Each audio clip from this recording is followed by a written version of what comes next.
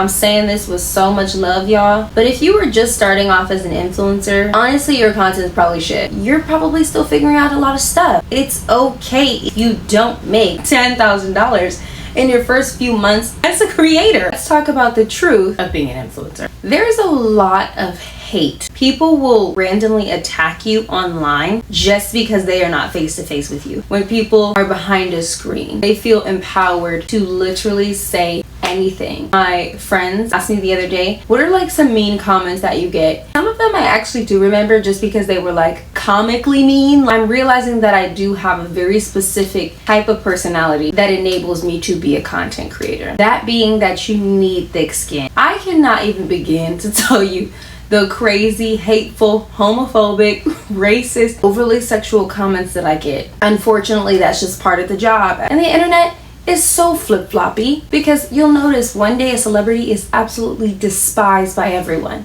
And then you give it a few months and everyone's like, honestly, I always liked her.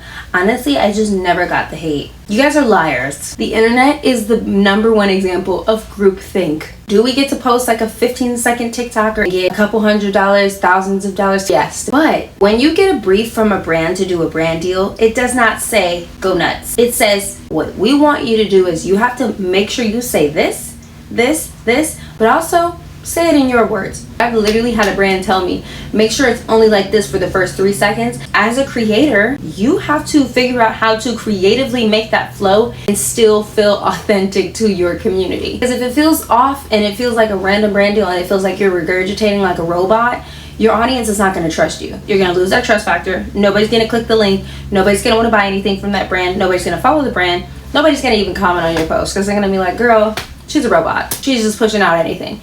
You don't want to be that. There's real work that goes into this. There is real planning. There is real effort. You have to be consistent. You can't just not post for the next 6 months and expect your audience to still be loyal to you. It does not work that way. Relationship you build with your audience is crucial. So you can't say, hey, follow me, do this, buy this, click this link, and then disappear from your audience for months on end. So you guys need to keep in mind that a lot of work goes into this. Sometimes you have a lot of deliverables, and this isn't even including negotiations. I haven't even scratched the surface on that, because once you find a brand you want to work with, you send them an email. You have to hope they get back to you. When they get back to you, they don't have the budget, they have too little of a budget. Now you have to negotiate. Now you have to play lawyer. Then you have to figure out your influencer taxes. Then you have to make sure that you're paying your taxes, because this is still a business. This isn't a joke. You can't just get a bunch of free stuff in exchange for content and expect to not pay taxes on that. These are all just things you have to learn. This is a business. Yes, it is one of the few businesses that you can start with very little capital, but it is a lot more work than you might assume. And if you are not ready to do more than just take cute little videos, you're not ready to negotiate, you're not ready to email, you're not ready to make sure you're up to date with all of your brand deals, you're not ready to organize, you're not ready to hit every single point in your content brief for every single campaign and still make it look authentic for your audience, this is not going to be your industry. So right now on Instagram, I'm around like 30K. I believe on this platform I'm around 800 subscribers, TikTok around 26,000. I am already getting recognized in public multiple times. For me, I love that. I absolutely adore that, especially because, thank God, the people that I'm meeting have been really sweet. They've been super like, oh, I love your content, or oh, I recognize you. It hasn't been any weird interactions, is what I'm trying to say. I haven't felt like anybody's trying to like attack me or like say anything weird. It's just been genuine love and good vibes. And I've even got to exchange Instagram sometimes with people that have met me from social media or from following me on social media. One, you have to decide if you're okay with complete strangers coming up to you all the time talking about, I know you. I'm only at 30,000 followers. You guys can only imagine how much more it's gonna be the more and more I continue to grow, and I intend to. But if that's not something you want to do, if you don't want to be at the grocery store getting recognized, you might want to think about a different career path. Actually, when you're just posting on social media and doing what you love and cultivating that community, it grows. So you're gonna have more people who are recognizing you. You may not be able to go to the same places you did before, but that's not necessarily a bad thing. I feel like I'm in better spaces now. Or maybe some people that come up to you and say something crazy. Or maybe some negative comments. There may be people taking pictures of you. This is a very real possibility. And if you're not okay with that possibility, I would also reconsider, because I know you guys see countless videos of influencers spotted in the wild and all these different things. That's gonna be you. If you want to be an influencer and you plan on leaving your house, that could be you. So one, I would say be mindful of what you're doing in public. Be mindful of who you're around. Be mindful of what you share online and in person, because you just never know. Two, be mindful of your circle, because some people can be very catty and some people can try to use you, and that's not super fun. That goes into my next point. You are going to encounter people who may try to get close to you only because you have fame, only because you have status. It's up to you whether or not you want to make those connections. For me, I think there's nothing wrong with someone coming up to me saying, hey, I'm also an influencer. I'm also creative. Let's get to know each other. I'm down for that, because I like to learn from other people. I like to be inspired. I met several of my mutuals on all of my different platforms like that, and it's been really cool. Like, we'll have genuine conversations. It's not me hitting them up talking about, girl, give me that brand contact. Look, I'm not saying there's necessarily anything wrong with asking for a few tips, but if your ratio of like giving genuine love to somebody versus you asking for favors is off, you need to fix that. I currently have someone who is, honestly, if you see this is about you.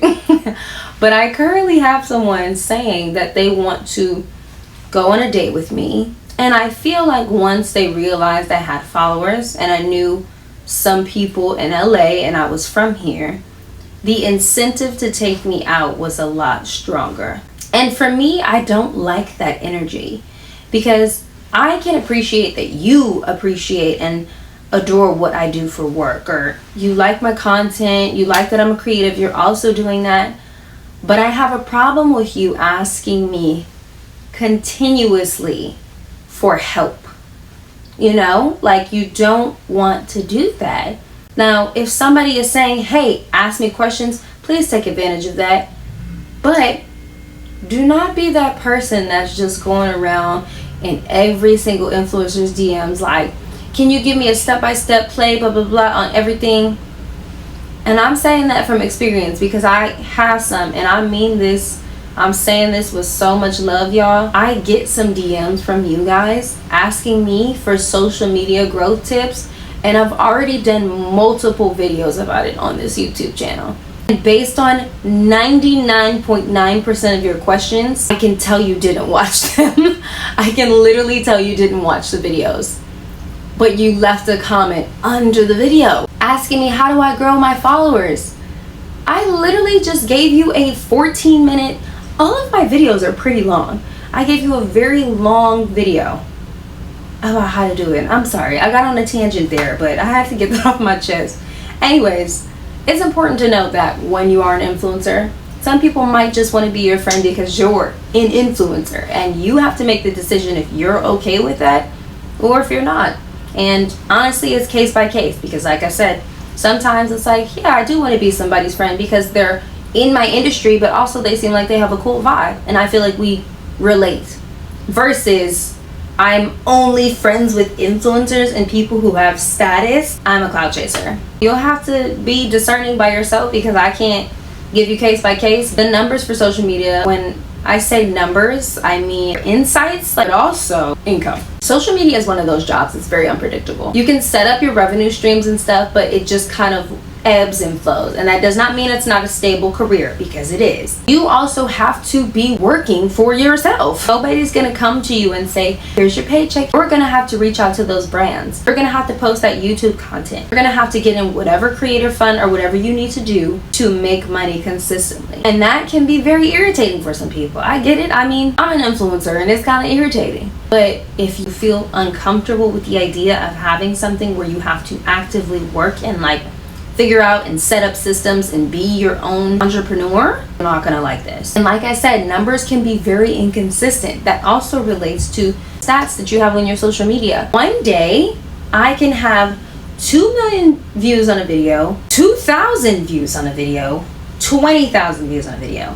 The algorithms are unpredictable. Though I may still have good engagement overall, things change. You cannot be so tied to your numbers. You cannot use that to validate yourself. If you're using your numbers to validate yourself, that is a very slippery slope. And I guarantee you're gonna slide towards the side of sadness. So I wouldn't do that.